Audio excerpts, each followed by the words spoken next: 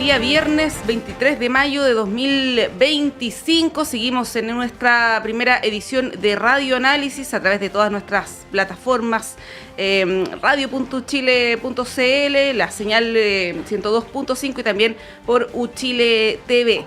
Comenzamos inmediatamente con nuestro panel de conversación y saludamos aquí en estudio quienes nos acompañan. Marcelo Mella, analista político, académico de la USACH. Marcelo, muy buenos días. Un gusto estar acá. ¿Cómo estás?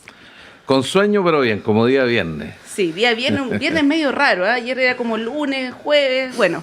Y a Pablo Rodríguez, cientista político, investigador del Instituto Libertad. Pablo, buenos días, ¿cómo estás? Hola, buenos días, gracias por la invitación.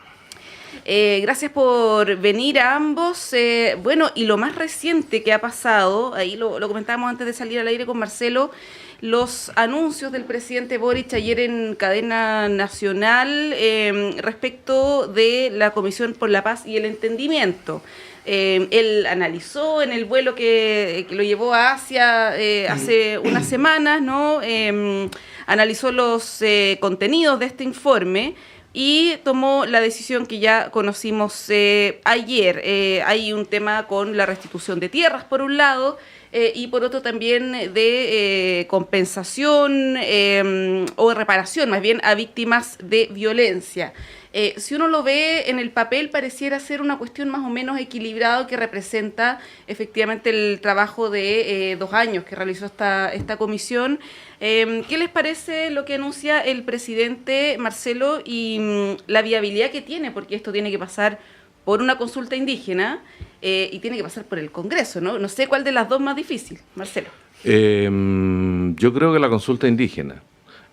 Bueno, partamos diciendo que el problema de la Araucanía, en términos de política pública, que es un problema grande, es indispensable para cualquier gobierno poder abordarlo de manera integral, no por partes separadas, porque si uno se mete en el tema de seguridad pública sin abordar la discusión política o el problema político histórico que subyace al problema de la Araucanía, la efectividad de la decisión del Estado va a tener límites que son muy evidentes. Entonces, este es de aquellos temas o de aquellos problemas en los cuales Chile necesita algo parecido a una política de Estado que trascienda a los gobiernos, y eso parece ser difícil en un contexto como el actual, donde el sistema político parece tan fragmentado y cuesta tanto levantar la mirada y poner los ojos en el mediano y largo plazo. Entonces uno diría que las condiciones del sistema político no ayudan a que esa conversación de largo plazo sea posible en nuestro país. Entonces lo primero que diría yo es un tema indispensable, necesario. Algunas de las propuestas que contiene el acuerdo Montserrat están dentro del segundo proceso constituyente y generan un acuerdo transversal de los partidos del sistema político. Yo creo que hay que recuperar esa capacidad de construir acuerdos. Lo que sí tengo una reserva importante es que quedando tan poco tiempo de este gobierno, claramente no es el mejor momento para que esto avance. La elección de primera vuelta y la segunda vuelta probablemente se van a comer la discusión pública y eso no genera el ecosistema que necesita, no la consulta indígena, que es un proceso reglado, que hay que cumplir ciertas etapas, sino la discusión parlamentaria. Yo soy bien escéptico de que la consulta indígena se pueda finalizar durante el segundo semestre, creo que no va a dar el tiempo. Yo he trabajado en consulta indígena y sé que son procesos extremadamente complejos, difíciles. Creo que en el margen se necesita también una reforma al decreto 66, que es lo que permite implementar una metodología para la consulta indígena. Por momento el proceso de consulta indígena es poco eficiente y por lo tanto hay grandes dificultades, creo yo, para que el presidente Boric pueda cerrar el proceso de consulta indígena. Y la discusión parlamentaria en tiempo de campaña me parece que no abre la oportunidad para poder avanzar en esa dimensión, en este tema que es un tema tan importante. Será entonces un tema que va a heredar este gobierno, como ha ocurrido en otras administraciones, al próximo gobierno. Sí, Pablo, bueno, a lo que le preguntaba Marcelo, te agrego el factor político, también electoral. Creo que lo comentábamos contigo la vez pasada que viniste, que tú decías que no era un buen timing, ¿no? Y voy a citar un tuit de la senadora María José Gatica de Renovación Nacional, que dice que el gobierno, una cita, ¿no? El gobierno de ultraizquierda es el más cómodo con la propuesta de la Comisión por la Paz, porque es la propuesta octubrista que Chile rechazó con una mejor portada. Si no se resuelve el terrorismo en la zona, ninguna de las medidas propuestas tiene algún futuro. Y digo que es una senadora de RN porque no es republicana, ¿no? Del partido de Kaiser, lo que habla también ahí de una tensión también en el propio Chile Vamos, ¿no? Lo decía el senador Buenchumilla, que lo entrevistábamos hace un ratito, que es un poco ridículo calificar de octubrista a Alfredo Moreno, que es como el corazón de la derecha política y económica, ¿no? ¿Cómo ves ahí eso desde la perspectiva también de la oposición? Yo veo muy poco espacio para avanzar. Coincido creo con Marcelo, principalmente porque un año electoral es difícil de llegar a acuerdos y de establecer puentes con los adversarios. Creo que el tiempo de los acuerdos y las reformas de alguna forma se agotó con las pensiones. Yo no veo mucho más que a partir de otras reformas que el gobierno quiera implementar o avanzar, no veo mucho más espacio más que para lo que fue pensiones. Entonces, y además los parlamentarios tampoco no están todos muy contentos con la situación, especialmente los de la zona. Y eso en Chile Vamos probablemente va a pesar bastante a la hora de votar. Yo creo que hay un tema ahí respecto a cómo efectivamente los parlamentarios, aun cuando son no una propuesta octubrista, creo que la entrega de tierra es un tema muy complejo. Y más allá del mecanismo que se ocupe, de la creatividad que se intenta establecer para que no sea lo mismo de siempre, es un tema que divide a la gente. Y por lo tanto, más allá del tema de recursos, tiene una parte más simbólica también de lo que significa ponerse a conversar respecto a eso. Y por lo tanto, creo que veo poco espacio en el Congreso justamente para avanzar en aquello. Y además está la consulta indígena es muy difícil de hacer. O sea, las últimas 2 o 3 experiencias respecto a ello en otros procesos ha sido un fracaso. O sea, tanto por la cantidad de gente que ha participado, como por el proceso mismo de llevarla a cabo y la implicancia de lo que la gente dice o no. Entonces creo que no hay espacio más allá de la voluntad del presidente para avanzar efectivamente en aquello. Sí, ahí, Marcelo, uno se pregunta cuál es la alternativa, ¿no? Perpetuamos este conflicto por siempre, tenemos militarizada la zona durante 5 o 10 años más, porque Pablo dice el tema de la tierra no genera consenso, pero bueno, ese es el gran tema, ¿no? El tema de la violencia también se tiene que trabajar en paralelo. Lo de la reparación que contiene esta propuesta a las víctimas de violencia rural y terrorismo también está contenida. Entonces, si es que esta propuesta fracasa, que es altamente probable, ¿cuál es la alternativa, ¿no?, respecto de esta situación que se arrastra por siglos? Yo creo que es un tema de tiempos. Yo no me atrevería a decir de que este esfuerzo que lideró Alfredo Moreno sea inútil. Creo que el momento es un momento inadecuado para discutir temas que, como bien dice Pablo, dividen al país. Esto sería tema en un primer y segundo año de gobierno. Ahora, para Chile Vamos, creo que es casi una misión imposible apoyar una propuesta como esta a pocos meses de una elección parlamentaria, porque dinamitas la base electoral, y creo que también estoy de acuerdo con lo que señala Pablo, con el apoyo que dio Chile Vamos a las pensiones, al proyecto de pensiones. Se agotó el crédito de Chile Vamos. O sea, si hay otro proyecto de estas características que genera tanta división, lo que va a ocurrir es que la candidata Matei va a tener un costo político importante y la lista parlamentaria de Chile Vamos también va a ser castigada. Entonces, hoy día hay que entender que si hace 4 décadas atrás o 3 décadas atrás, los partidos que se posicionaban cerca del centro tenían una alta probabilidad de ganar las elecciones, hoy día el centro político está vacío. Y esto no solamente es una cuestión que pasa en Chile, es una cuestión bastante general a nivel internacional, donde es muy difícil hacer política desde el centro, desde la política de los acuerdos. Si tú consideras eso, o sea, lo que le ha costado, primero la situación de la democracia cristiana y luego lo que le ha costado a los reemplazantes, a los aspirantes a reemplazantes de la democracia cristiana crecer, es una prueba evidente de que hoy día el centro está electoralmente devaluado. Y en ese sentido creo que pedirle mucho a la centro derecha que pueda apoyar a pocos meses de una elección presidencial y parlamentaria un proyecto que claramente tiene efectos centrífugos en el sistema político. Yo con eso no quiero decir que los insumos de este acuerdo, incluso el proceso de consulta indígena, no pueda ser impulsado más adelante. Pero para eso se necesita un gobierno que tenga compromiso con la construcción de acuerdos amplios. Que no es dices tú.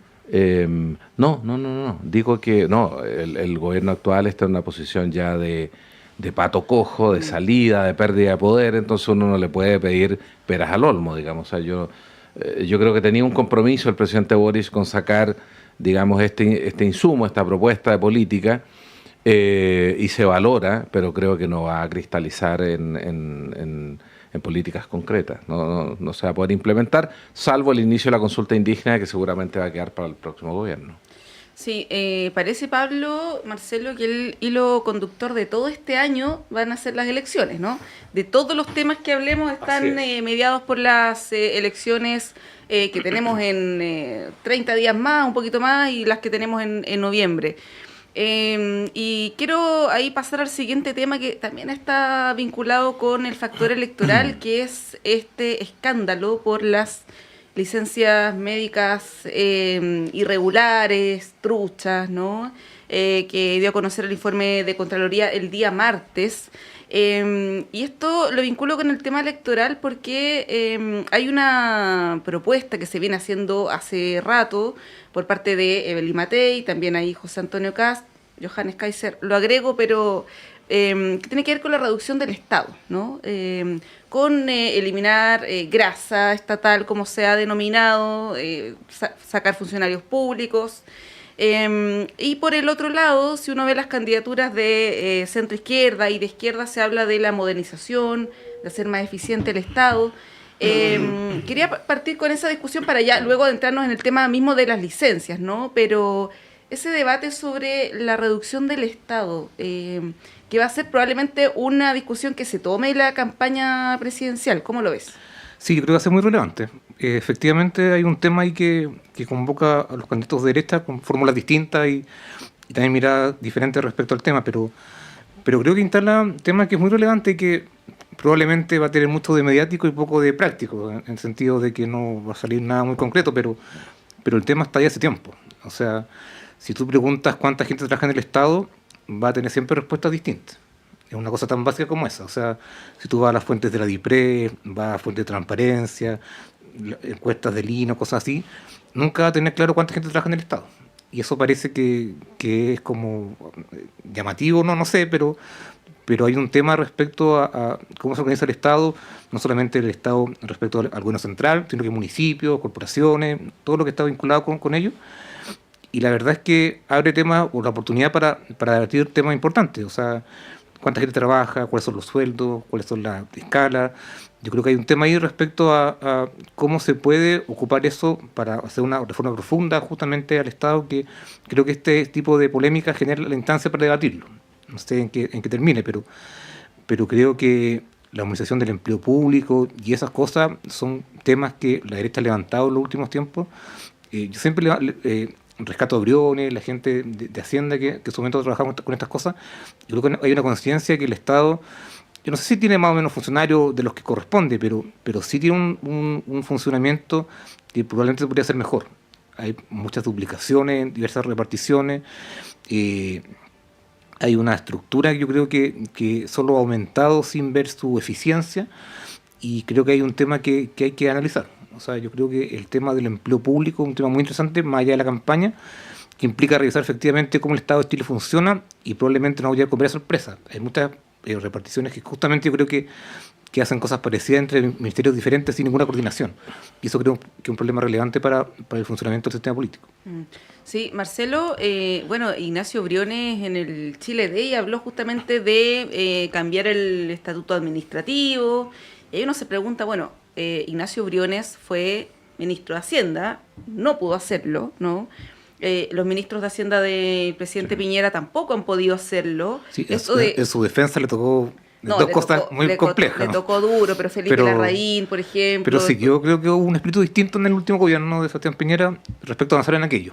Pero estallido, pandemia, no dejó mucho margen. Se Pero intentó también ahí modificar el tema de los impuestos, no se pudo. yo creo que hay una agenda importante respecto a aquello, por lo menos en la derecha. Sí, Marcelo, pero claro, el tema es que uno puede proponer muchas cosas y decir, vamos a sacar la grasa, vamos a eliminar 100.000 funcionarios públicos, pero de ahí hacerlo es bien difícil. O sea, tú sabes también como funcionario de una universidad estatal lo difícil que puede ser tomar medidas, desvincular a funcionarios. Hay instancias de apelación también ante la justicia, muchas veces son favorables a los funcionarios, ¿no?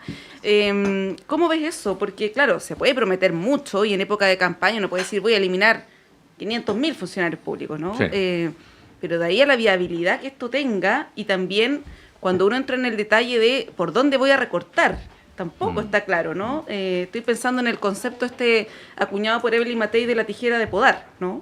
A propósito de la motosierra. De la motosierra, claro. Sí, sí. Sí, mira, nuevamente nos topamos con un tema que aparece prácticamente a nivel internacional, que es la necesidad de generar un impulso para la modernización del Estado. Yo creo que ese es el titular grande, ¿eh? Lo demás, como decía un presidente antiguo, lo demás puede ser hojarasca, digamos. Efectivamente tenemos incerteza respecto al volumen de funcionarios que tiene el Estado, la cantidad de funcionarios, y eso ya es un dato preocupante. Uno se pregunta también si estas cosas las conocemos de vez en cuando, muchas veces por filtraciones a la prensa, por investigaciones de Contraloría. ¿Qué pasa con las unidades de cumplimiento de los ministerios, de las reparticiones públicas? ¿Existe algo así como unidades de cumplimiento y de gestión del riesgo en el Estado o es una palabra nomás?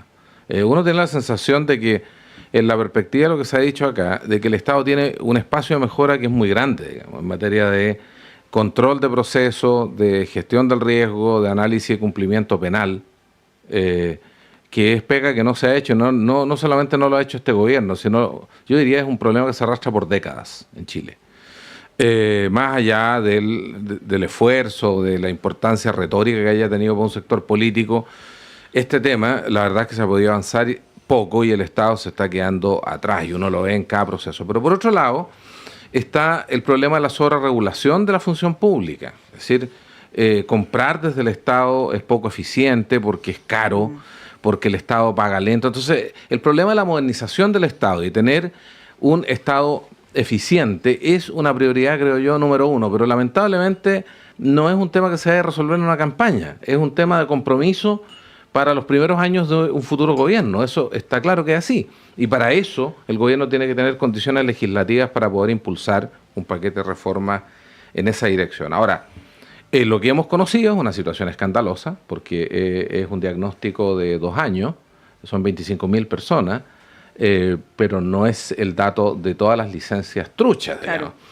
La gente que no viajó fuera del país no está en este registro, o la gente que se fue a mi pueblo, a Pichilemu, no aparece en esta lista, ¿no?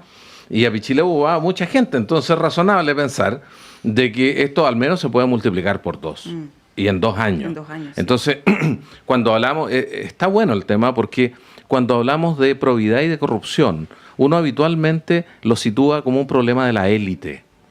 Y yo soy bastante más pesimista respecto a eso. Yo creo que las malas prácticas están muy extendidas en la sociedad. No somos ni Suiza ni somos países nórdicos. Y por lo tanto creo que es un problema incluso de carácter cultural. Ahora, uno puede preguntarse si son eficientes las medidas del gobierno para enfrentar esta crisis.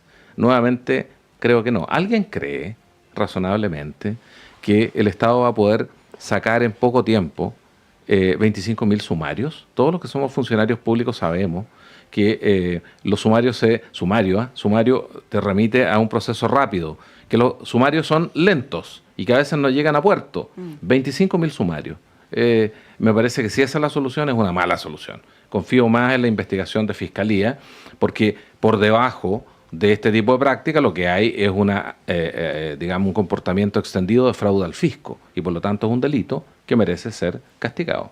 Claro, ahí está también involucrado el Consejo de Defensa del Estado, ¿no?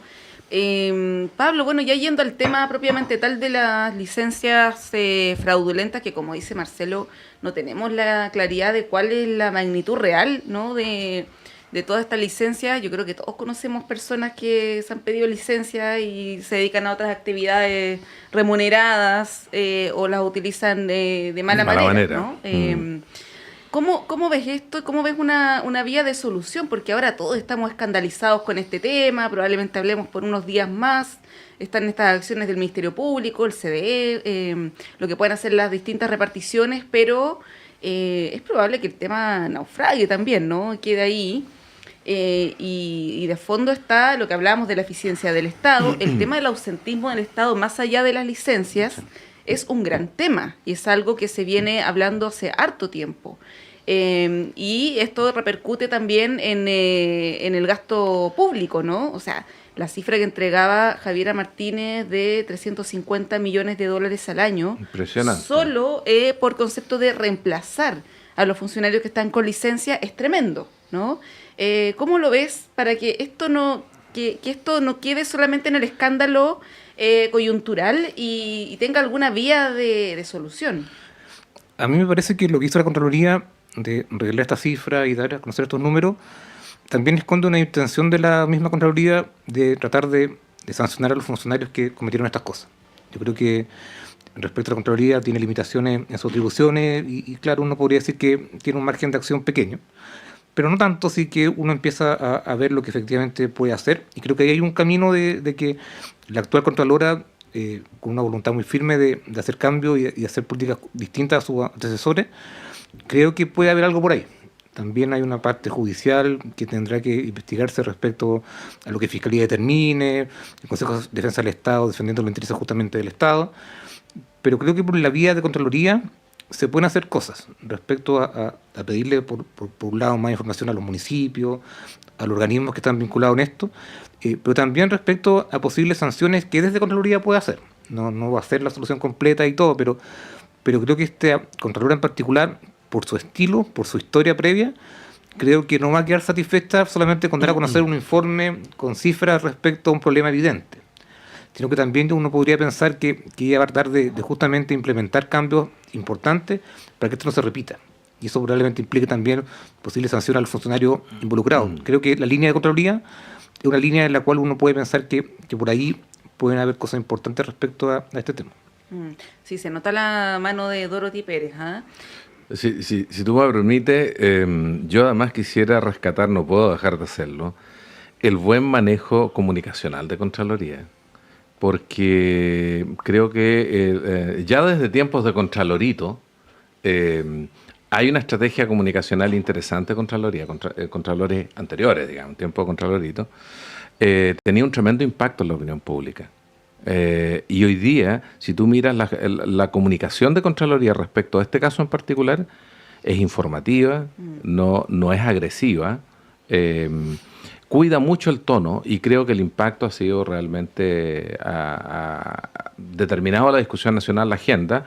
El riesgo es lo que dices tú, Montserrat, que esto finalmente no sea más que un hecho comunicacional que dura un tiempo y posteriormente no tiene una respuesta como uno espera del sistema político.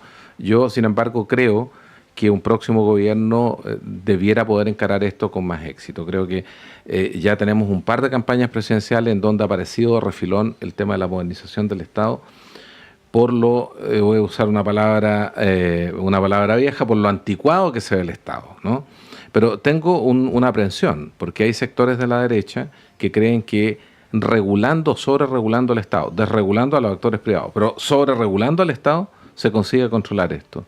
Y no va por ahí. Hoy día, por ejemplo, la situación de las universidades, que para comprar cualquier tipo de equipamiento gasta más de un año porque los procedimientos son enervantes, es otro gran problema del Estado. Entonces este es un tema largo, ¿eh? No es solamente el tema de la corrupción de algunos funcionarios públicos, sino también la parálisis que tiene el Estado respecto de las condiciones de sobreregulación que tiene en algunos procedimientos. Sí, yo solamente agregaría para cerrar el tema de los médicos, que es de donde surge también el problema, ¿no? O sea, yo puedo querer que me den licencia a ir al doctor y el doctor no me la va a dar. Hay un mercado negro también de las licencias. Había una pyme ahí, ¿eh? Claro, Del por médico tarifas, extranjero. por cantidad de días, está el tema de los médicos extranjeros, por lo tanto, esa es una cuestión que también se debiera atacar focalizadamente para que esto no continúe ocurriendo, porque estamos hablando de 2 años, pero del 2023 para atrás tampoco sabemos, ¿no? Y el ejercicio fue muy sencillo, fue hacer un cruce de datos, Sí. o sea, a 2 columnas, digamos, una Excel con 2 columnas, y salió el dato clarito, digamos, 25.000, o sea, no cuesta tanto hacerlo. Bien, son las 9:01, tenemos que hacer un corte. A la vuelta les propongo que hablemos de Procultura y también de las primarias, que hasta el momento están medias tibias ahí, por no decir frías. No prende. Que no prenden mucho, y lo que está pasando en la derecha, ¿no? En las oposiciones. Hacemos un breve corte y volvemos en unos minutos.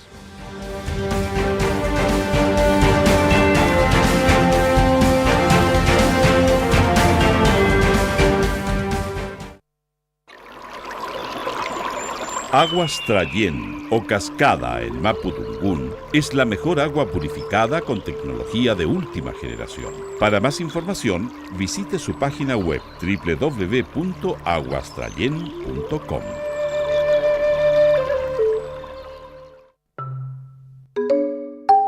Perdidos en el espacio, casi 30 años al aire.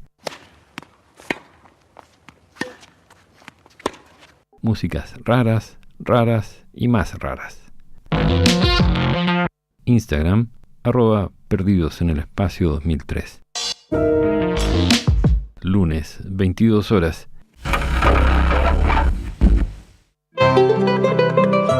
Radio Universidad de Chile los invita a escuchar todos los viernes a las 17 horas Construyendo Comunidad Universitaria, un programa realizado por la Asociación Nacional de Académicos y Académicas de la Universidad de Chile, ACAUCH.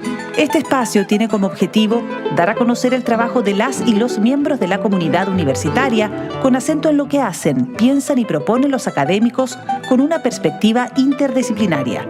Está dirigido a la comunidad universitaria y a la sociedad en su conjunto. Todos los viernes de 17 a 18 horas, Construyendo Comunidad Universitaria. Conducen dirigentes y dirigentes de ACAUCH en el 102.5 FM y radio.uchile.cl.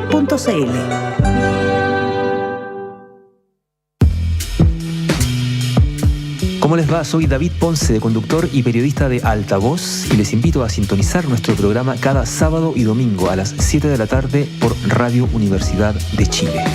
Una hora de noticias y estrenos por Altavoz, con más volumen para la música chilena, por el 102.5 FM y por la señal de radio.uchile.cl. Saludos a todos nuestros auditores y auditoras de Radio Universidad de Chile. Les habla Jan Flores Quintana, cientista político, y les invito a escuchar todos los miércoles a las 22:30 horas el programa Memorias de Futuro. No se pierda el programa radial de historia más escuchado de Chile, solo en el 102.5 FM, Radio Universidad de Chile, la radio que piensa.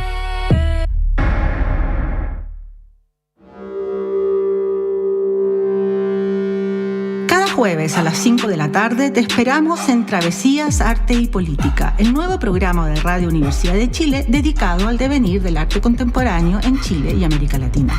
Soy Alessandra Muroto y te invito a formar parte de la comunidad de Travesías en el 102.5 FM y por la señal digital radio.uchile.cl.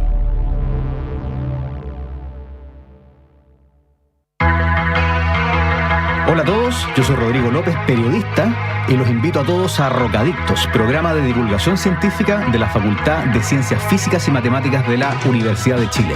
Todos los miércoles a las 4 de la tarde por la 102.5 hablamos de ciencia, tecnología y cultura pop, junto a personas del mundo de la ciencia. Recuerda, todos los miércoles por la 102.5 FM Rocadictos.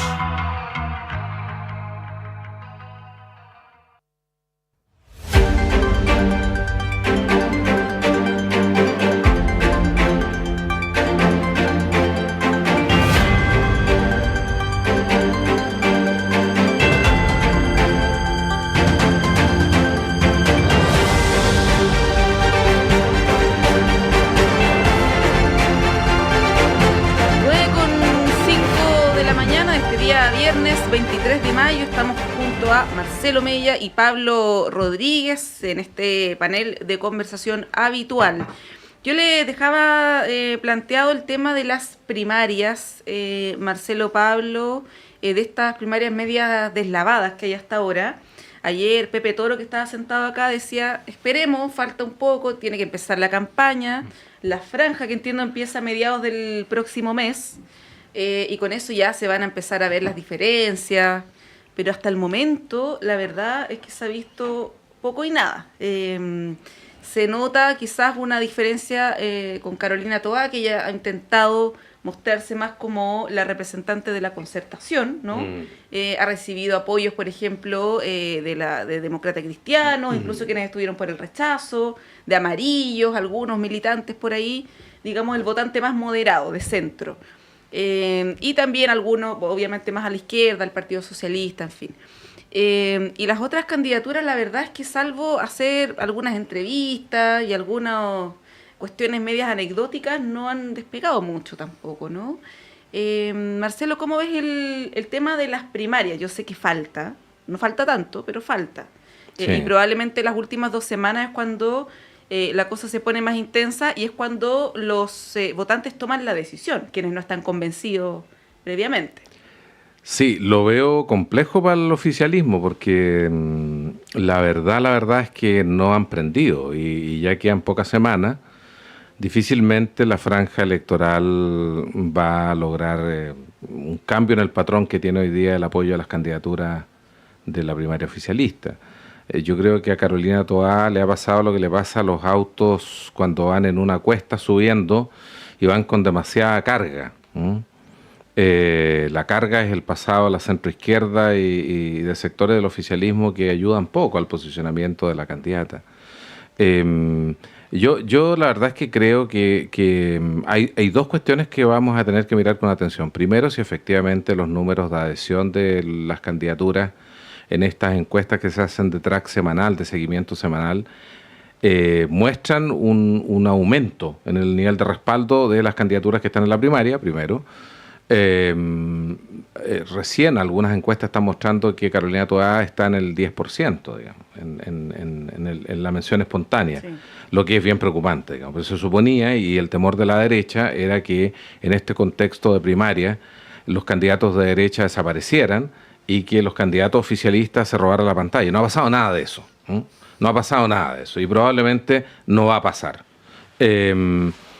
Entonces, creo que ese es un problema. El otro problema es que, suponiendo el resultado que ocurra, digamos, a finales del próximo mes, digamos, la elección primaria del oficialismo, ver en qué medida ese resultado permite el posicionamiento de aquella candidatura que resulte ganadora para las elecciones de la primera vuelta, porque eso tampoco es algo que, si votan menos de 2 millones de personas, la verdad es que no va a permitir que la candidatura necesariamente sea competitiva de cara a noviembre. Entonces, también el impacto de la primaria en términos políticos podría ser severamente limitada si la participación es muy baja.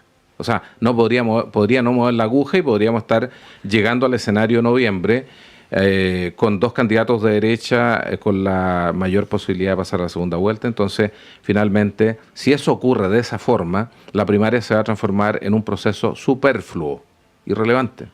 Es una muy mala noticia para el oficialismo, por supuesto, porque eso además tiene efectos a nivel de la votación parlamentaria.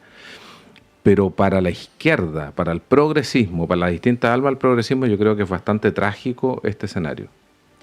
Sí, Pablo, ¿tú ves un escenario como el que describe Marcelo? Porque aquí, bueno, hay varios vaticinios, sabemos que es difícil adelantar resultados, pero bueno, hay ciertas tendencias, ¿no?, que muestran las encuestas que van en la dirección de lo que plantea Marcelo.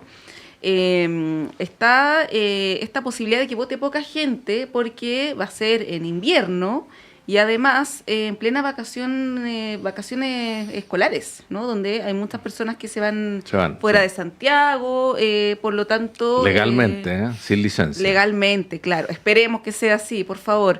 Pero bueno, eso puede reducir la participación y si además esta cuestión es fome, con mayor razón, ¿no? Ayer salió un artículo en La Tercera que daba cuenta de un llamado de atención que hizo Carolina Toá sobre la participación en las primarias y que las estimaciones que ellos tienen es que si vota poca gente, ella podría perder la primaria, ¿no?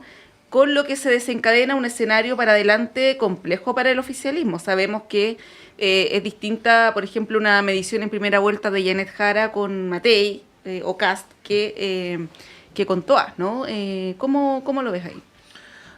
Yo coincido con Marcelo que al principio la gran duda era si esto iba a afectar a la derecha de alguna forma estar ausente en el debate, porque el debate iba a estar muy interesante, muy polémico, con mucha propuesta por parte de los candidatos oficialistas, y eso no ha ocurrido hasta ahora. Es cierto que faltan los debates, falta la campaña como tal, falta la franja que puedan armar ellos digitalmente, cosas así. Entonces puede todavía haber algunos cambios, pero la verdad es que el clima que uno está mirando a un poco más de un mes de esto es un clima que no favorece ninguna candidatura del oficialismo, y eso es un escenario yo creo que más o menos claro. Y lo que yo sigo viendo, y lo he planteado otras veces en este mismo programa, es que lo que está haciendo el oficialismo de alguna forma es pelear por el proyecto que va a continuar de aquí en adelante. Yo creo que la posibilidad de triunfo de Toá, de Winter, de Jara, son bastante limitadas. No hay un escenario que uno podría pensar que podrían ganar la presidencial. Se ve difícil. Entonces lo que yo veo es que están compitiendo por un proyecto político de quien de alguna forma se va a articular como una oposición en los próximos años.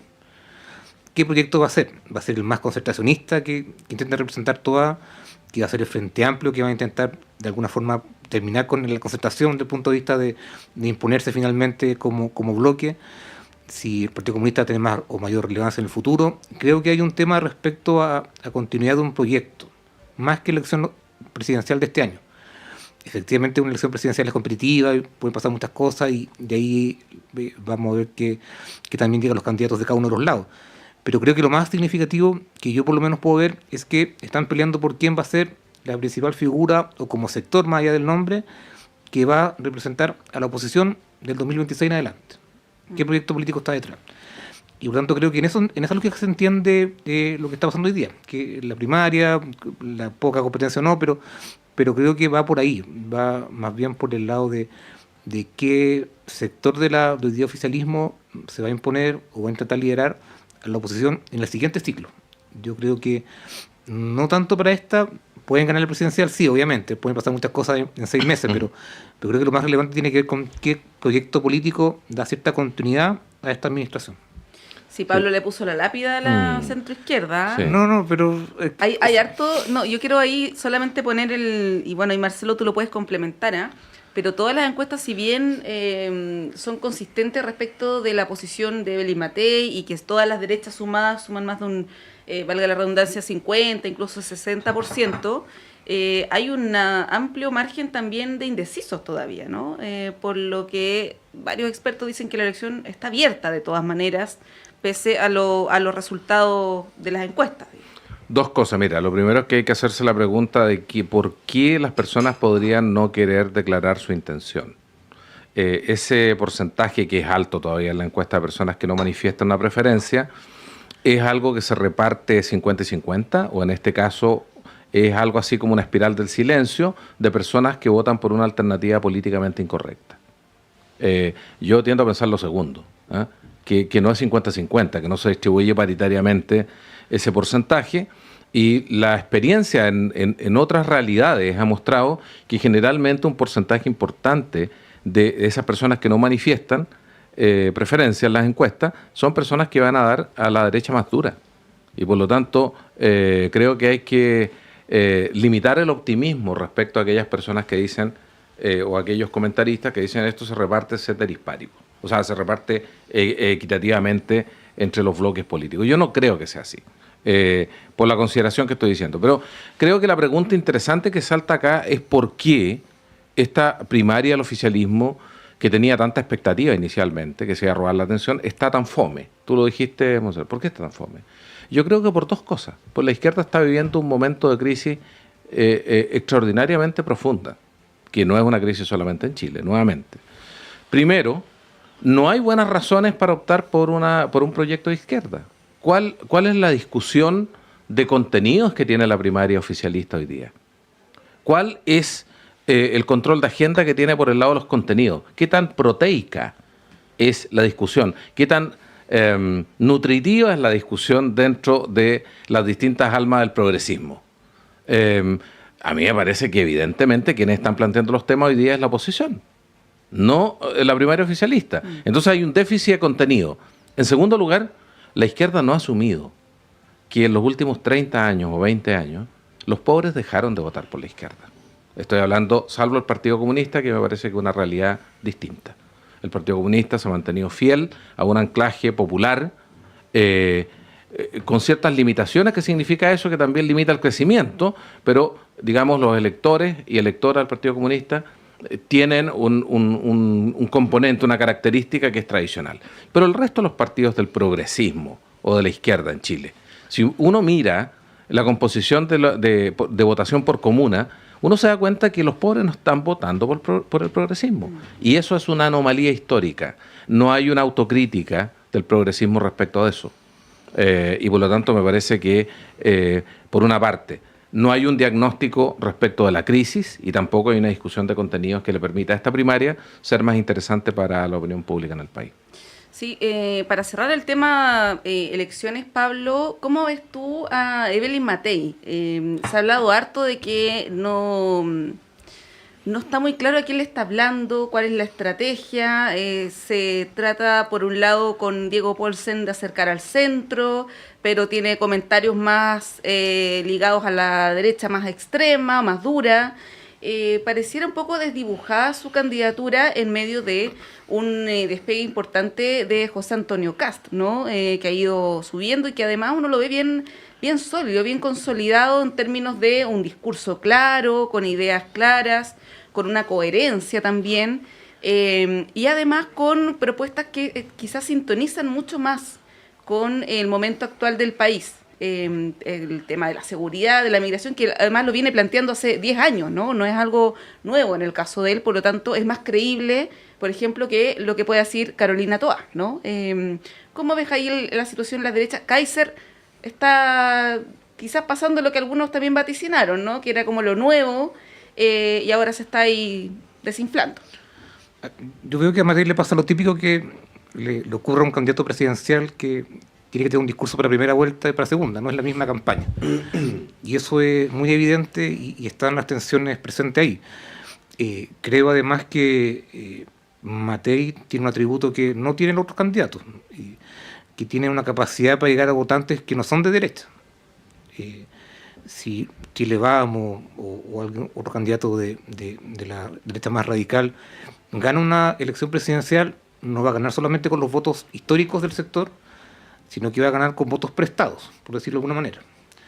Y esos votos prestados, y probablemente no están en la clasificación típica derecha-izquierda, pero son gente que no vota tradicionalmente por la derecha. Entonces, hay un tema respecto a que la candidatura de Matei tiene que tratar de conciliar ambos mundos. Una claridad absoluta que una candidata de centro-derecha o derecha, y que no hay duda respecto a ello, y ordenar a los parlamentarios, pero no puede dejar de hablarle a un sector que podrá ser de centro, podrá ser alguien más moderado, podrá ser alguien más desafectado, no sé, hay muchos posibles públicos, pero tiene que combinar ambos atributos el mayor tiempo posible. O sea, y eso tiene que ser coherente para la gente, pero el tema es que no puede tomar una definición respecto a si me voy hacia un lado o hacia el otro. Lamentablemente, y esa es la dificultad de la candidatura y de la campaña por su perfil, es que tiene que hablarle a los dos mundos al mismo tiempo. Y eso es difícil de hacer, pero creo que es el principal desafío que ella tiene. Si abandona la derecha, obviamente Kast va a subir mucho por ahí. Y tiene que evitar que le pase lo que le ocurrió a Sichel en el 2021. Pero al mismo tiempo, de los tres de candidatos de derecha, es la única que realmente tiene posibilidades de hablarle a un mundo que no vota por la derecha. Y por tanto, ese mundo también es muy relevante, probablemente en primera o en segunda, pero mayormente en segunda vuelta. Entonces creo que es una combinación muy difícil de hacer. Pero tiene que mantener de alguna forma un discurso que vaya combinando medidas o planteamientos hacia ambos mundos. Es muy difícil de concretarlo, pero tiene que jugar de alguna forma en esa ambivalencia. no tiene otra fórmula de ganar, porque si se corre mucho hacia un lado o hacia el otro, puede tener efecto tanto en primera como en segunda vuelta.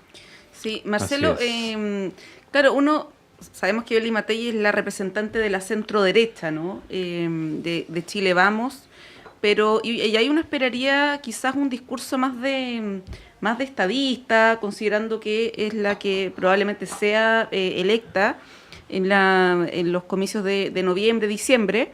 Pero la verdad es que eso contrasta un poco con declaraciones de ella donde cuestiona, por ejemplo, fallos judiciales, donde hace alusiones al gobierno que estaría interviniendo en la justicia, cuestiona, por ejemplo, el acuerdo de SQM con Codelco, y una serie de declaraciones que desde la misma derecha señalan que son desafortunadas, ¿no? Que pareciera reflejar un cierto nerviosismo por también esto de que Kast le está ahí pisando los talones. ¿Cómo ves a Matei en este momento?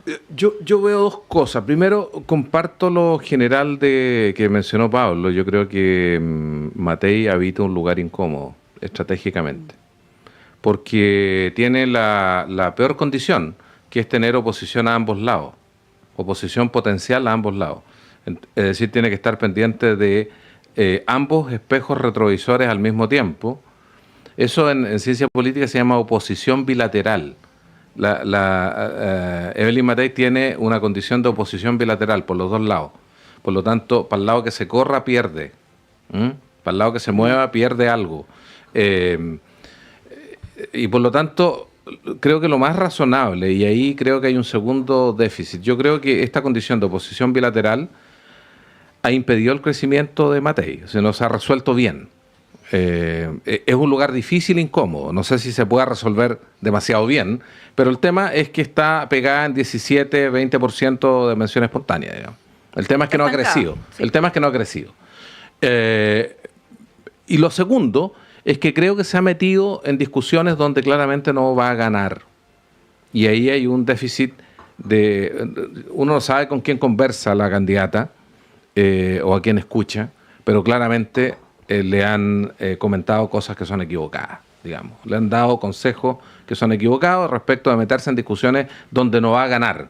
Uno esperaría que una candidata que viene hace tanto rato liderando la encuesta de opinión y por esa misma condición podría tener fatiga, se metiera en aquellos temas que son realmente los temas indiscutibles en una campaña presidencial hoy día en Chile, donde claramente puede poner esa mirada a largo plazo, y no entrar en aquellos temas en donde no va a ganar. La evaluación histórica de si era evitable o no evitable el golpe de Estado y las violaciones de los derechos humanos, el ejemplo máximo de un error comunicacional donde claramente la candidata no va a ganar, digamos.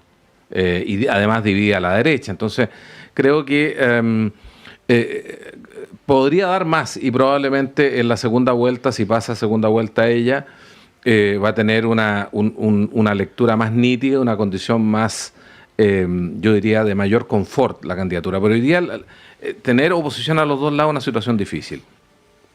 Yo creo, sin embargo, que es muy probable que Kast siga creciendo. Y por lo tanto que nos topemos un escenario de primera vuelta, donde en las últimas encuestas el primer lugar lo tenga José Antonio Kast.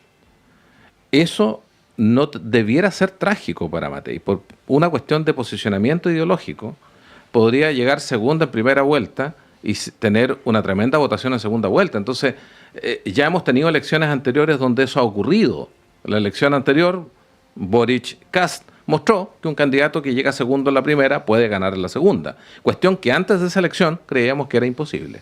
Por lo tanto, si los equipos de apoyo de Matei están escuchando este programa, probablemente sí, debieran, creo yo, tomarse un armonil y poner a la candidata a hablar en aquellos temas donde sí puede ganar. Creo que ahí ha habido un error. La otra condición, esto de tener riesgo de oposición en los dos flancos, eso no lo va a poder cambiar de aquí hasta la primera vuelta.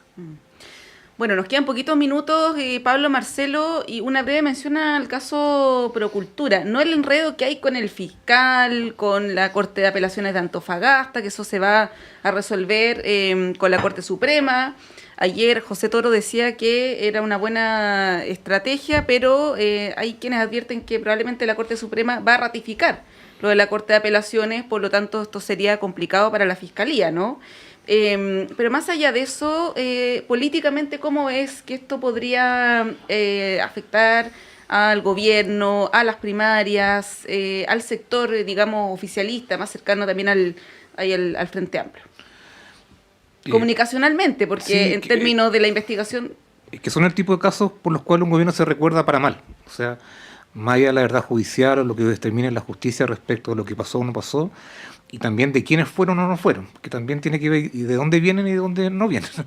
Más allá de eso, va a quedar marcado este gobierno por eso, por el caso de las fundaciones, de cómo de alguna forma hubo mecanismos que facilitaron este proceso para sacar recursos desde el Estado, y por eso, más allá de lo que diga o dictamine la justicia, va a estar asociado ese fenómeno de corrupción a este gobierno. Por lo tanto, es una mancha con la cual camina y va a estar permanentemente de alguna forma avanzando. Uno podrá empezar a discernir respecto a lo que implicó o no, cuánta plata es, qué pasó con los recursos, pero en definitiva es una cosa que va a afectar negativamente al gobierno en lo que viene, y son este tipo de polémica que a partir de ciertas filtraciones se va construyendo un caso desde el punto de vista mediático en el cual, más allá de la verdad o no verdad, las filtraciones han favorecido mucho esta generación de imágenes respecto a lo que significa un caso. Y la asociación va a ser siempre con este gobierno.